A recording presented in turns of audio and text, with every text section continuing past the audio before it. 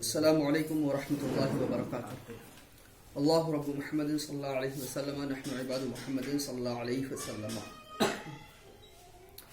پچھلے اسباق میں ہم نے وجوہ اعراب پڑھا، بلکہ پڑھ رہے تھے پچھلے اسباق میں، اور یہ وجوہ اعراب کی لاسٹ بحث ہے، یہ آخری سبق ہوگا. اس میں جو چیز چھوڑ دی گئی تھی وہ یہ چیز تھی. آج کے سبق میں آپ کو یہ دو چیزیں سمجھنی ہیں اور تیسری چیز یہ ہے. تو ہم نے اسے چھوڑ دیا تھا، اور اس میں بھی جو اس کو ہم نے ریڈ کلر سے لکھا ہے تو یہ بعد کی چیز ہے، اسے ہم بعد میں دیکھ لیں گے.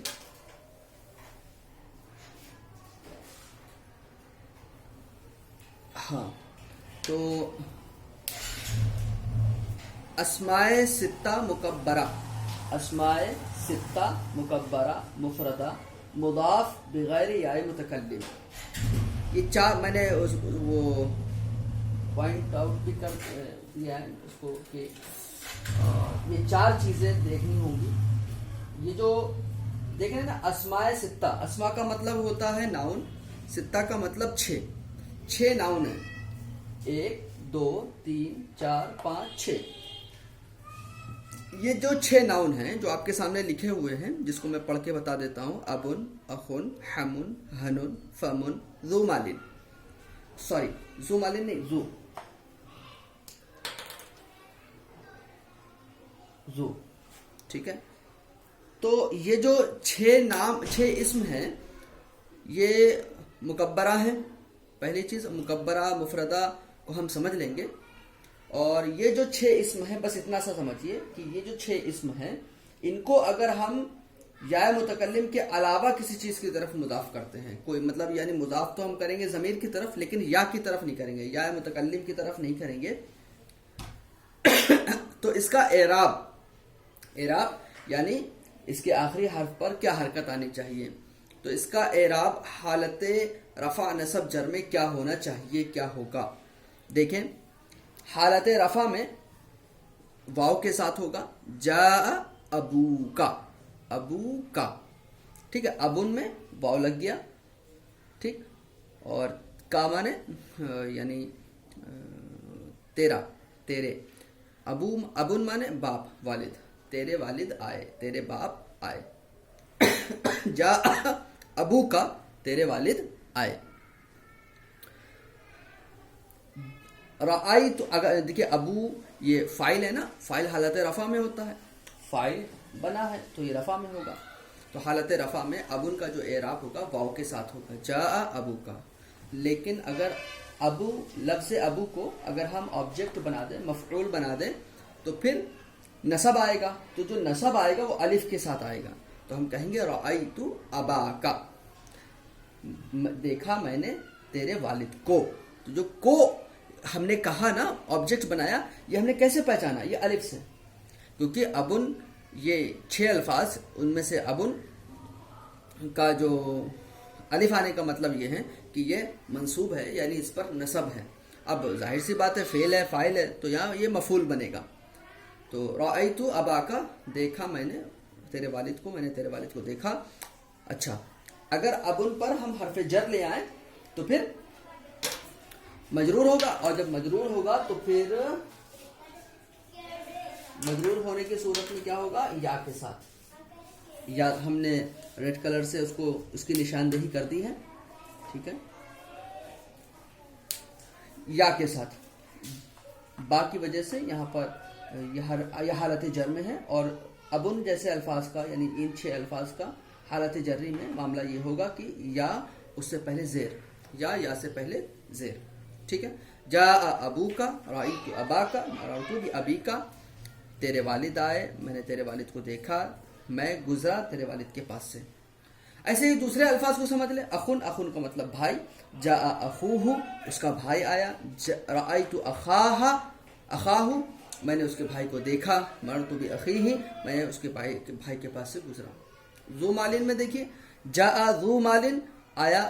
ذو کا مطلب ہوتا ہے والا، بولتے نہیں اللہ تعالیٰ کا نام ہے ذو الجلال والاکرام، جلال و اکرام والا. ذو کا مطلب والا.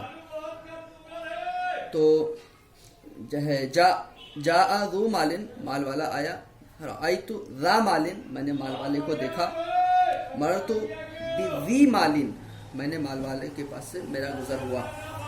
ٹھیک ہے، تو حالت رفع میں واو، حالت نصب میں الف، حالت جر میں یا سے پہلے زیر. ٹھیک ہے. اچھا ترجمہ کیا ہوتا ہے؟ ابن کا مطلب والد، اخن کا مطلب بھائی. حمن، حمن کہتے ہیں کہ عورت کے وہ رشتہ دار جو شوہر کے واسطے سے ہوں، عورت کے قریبی رشتہ دار جیسے دیور. حنن، حنن کہتے ہیں ایسے چیزیں جن کا ذکر کرنے میں آدمی شرم محسوس کرے. ٹھیک ہے، تو حمن حنن کو ریٹ ہم نے اسے کرتے ہیں، اس کا استعمال آپ کو کم ملے گا، اور ہوگا تو آپ کر لیں جائیں گے، کوئی دقت نہیں ہوگی. فمن کو سمجھتے ہیں. فمن، فمن کا مطلب ہوتا ہے منہ، اور ذو مالن کا مطلب ہوتا ہے مال والا. ٹھیک ہے، خیر. تو یہ چیز رہ گئی تھی کہ یہ 6 اسما ہیں اور ان کا اعراب یہ ہوتا ہے حالت رفع نصب جر میں. چلیے ایک چیز یہ رہ گئی تھی، جمع مذکر سالم مضاف بیائے متکلم. یہ تھوڑا سمجھنے سے متعلق بھی ہے، جیسے مسلمیہ. ٹھیک ہے، معاملہ کیا ہے کہ جمع مذکر سالم،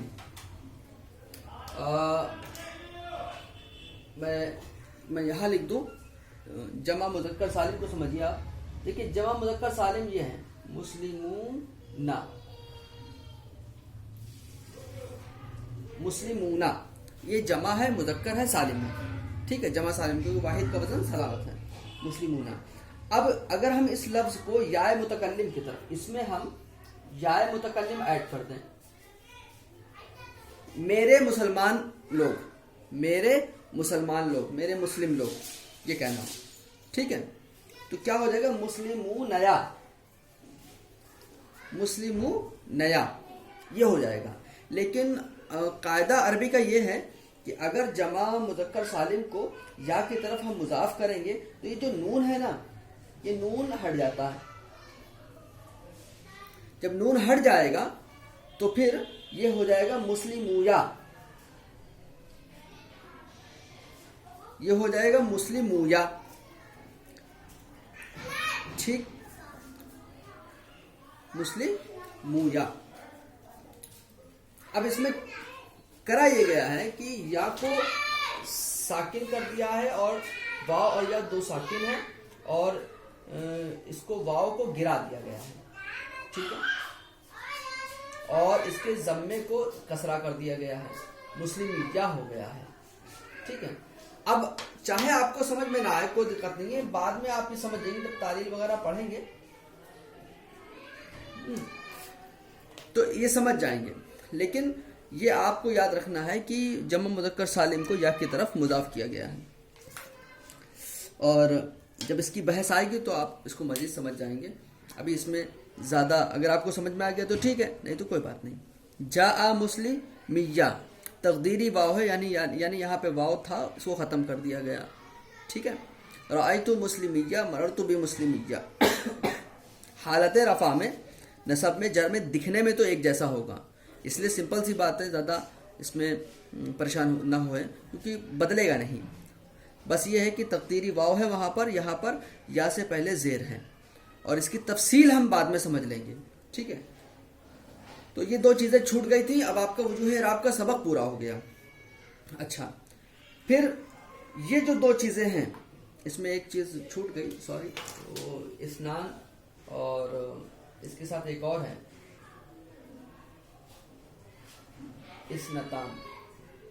ٹھیک ہے، اسنتان. تو بہرحال تو اسنانی و اسنتانی. دیکھیں آپ نے پڑھا کہ رجلانی یعنی تثنیہ کا اعراب حالت رفع میں الف کے ساتھ نصب اور جر میں یا سے پہلے زبر. ٹھیک ہے، یہ آپ نے پڑھا تھا. تثنیہ ہی کی طرح یہ 4 لفظ بھی اسی میں شامل ہیں، تثنیہ میں شامل کیے جاتے ہیں. اسنان کا مطلب ہوتا ہے 2، رجلان کا مطلب 2 مرد، اسنان کا مطلب 2، گنتی والا جو ہوتا ہے نا 2 والا، واحد، اثنان. ٹھیک ہے، تو یہ مذکر ہے، یہ مؤنث. اسنتان، تا لگا ہے نا، اسنتان مؤنث. تو حالت رفع میں اسنان اور اسنتان کو رجلان کی طرح رکھا گیا ہے، اور حالت نصب اور جر میں رجلین کی طرح، اثنین اثنتین، اثنین اثنتین، حالت رفع میں اسنان اسنتان، حالت نصب و جر میں اثنین و اثنتین۔ اسی طرح سے کلاہما، اسنان کا ترجمہ یاد رہے گا نا، دو، گنتی والا دو، ٹو، کلاہما، تو کلاہما پورا نہیں، کلا اور کلتا، یہ کلا اور کلتا یہ مذکر مؤنث کا فرق ہے، کلا مذکر اور کلتا مؤنث، تا لگا ہے مؤنث ہے، ٹھیک ہے۔ اس کا ترجمہ کیا ہوتا ہے؟ جیسے انگریزی میں بوتھ، دونوں کا لفظ کرتے ہیں، کلاہما دونوں، وہ دونوں، کلتاہما وہ دونوں، مرد یا عورت، ٹھیک ہے۔ تو کلا اور کلتا ان کا بھی معاملہ اسنان اسنتان کی طرح رجلان کی طرح ہے، یہ سب رجلان کی طرح ہے کہ حالت رفع میں کلاہما کلتاہما، اور حالت نصب و جر میں کلیہما کلتیہما، یا سے پہلے زبر، یا سے پہلے زبر، ٹھیک ہے۔ یہ تثنیہ کے ساتھ ان کو شامل کیا جاتا ہے۔ جمع میں آپ نے مسلمونہ اور مسلمینہ پڑھا تھا، یعنی حالت رفع میں، ٹھیک ہے، حالت رفع میں مسلمونہ، واو ما قبل مضموم، واو سے پہلے ضمہ پیش، اور حالت نصب و جر میں یا سے پہلے زیر۔ اسی طریقے سے وہ جو دہائیاں ہیں نا، 10 20 30 40 50 60 70 80 90 100، تو یہ 10 سے لے کر کے 90 تک تو 9 دہائیاں ہو گئی۔ یہ جو ہے عشرونہ سے، 20 والی سے، عشرونہ کا مطلب 20، عشرونہ، ثلاثونہ، اربعونہ، خمسونہ، ستونہ، سبعونہ، ثمانونہ، تسعونہ، تو یہ 8 دہائیاں ہیں عشرونہ سے لے کر کے تسعونہ تک، یعنی 20 سے لے کر کے 90 تک 8 دہائیاں ہیں۔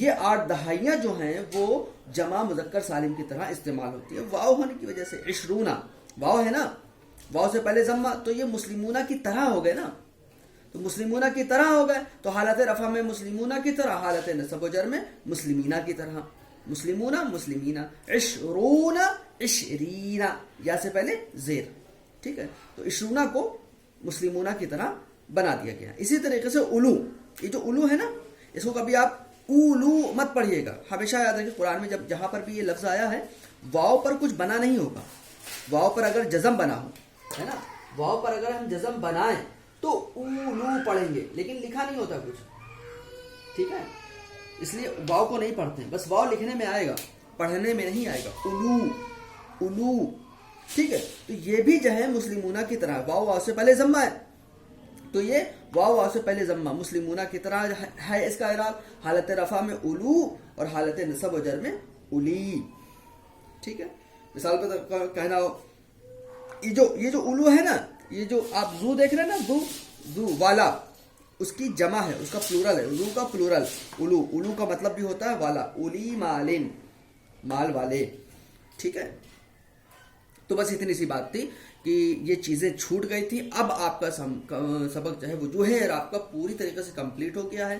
اب جب آپ کے پاس سینٹینسز آئیں گے تو اس میں جو ہے بحث آتی رہے گی، یہ آپ کا ریپیٹیشن ہوتا رہے گا۔ اگر آپ کچھ بھول گئے ہیں تو پریشان ہونے کی ضرورت نہیں ہے، سینٹینسز میں ہم خود آپ کو ریپیٹ کراتے رہیں گے، تو بار بار ریپیٹیشن سے انشاءاللہ ذہن میں بیٹھ جائے گا، آج نہیں تو کل بیٹھ جائے گا، تو پریشان ہونے کی ضرورت نہیں ہے۔